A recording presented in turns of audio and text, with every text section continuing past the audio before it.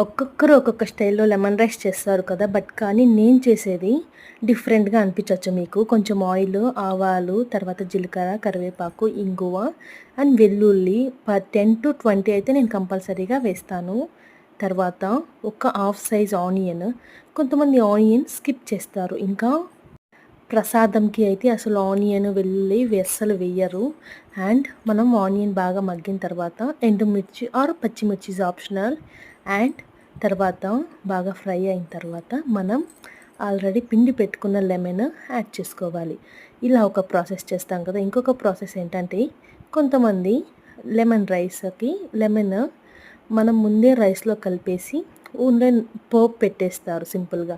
So, అలా కూడా చేసుకోవచ్చు. బట్ నాకు అది అంత ఫ్లేవర్‌ఫుల్‌గా అనిపించదు. నాకెందుకో ఇలా తినడమే ఇష్టం. నాకు ఇలానే ఇష్టం. ఎందుకంటే మా అమ్మ వాళ్ళు ఇలాగే చేస్తారు కాబట్టి, అలా తిన్న వాళ్ళకి ఇంకొకలా ట్రై చేస్తే అస్సలు టేస్టీగా అనిపించదు. ఏంటి ఇది లెమన్ రైసా అనిపించేలా ఉంటుంది. సో, మీరెలా చేసుకుంటారు లెమన్ రైస్? నాకైతే లెమన్ రైస్‌లో శనగ్గింజలు భలే ఉంటాయి కదా! మీకు ఇష్టమా? నేను కొన్ని నేను కొన్ని ఎక్కువగానే యాడ్ చేస్తాను. సో, సెపరేట్‌గా మళ్ళీ కూడా వేసుకుంటాము. అంత ఇష్టంగా తింటాం. సో, లెమన్ రైస్‌కి ఒకసారి ఇలా ట్రై చేయండి. చాలా టేస్టీగా, చాలా యమ్మీగా ఉంటుంది. సో, ఎప్పుడు ఒకేలా కాదు కదా! ఒకసారి డిఫరెంట్‌గా కూడా ట్రై చేయాలి. సబ్స్క్రైబ్.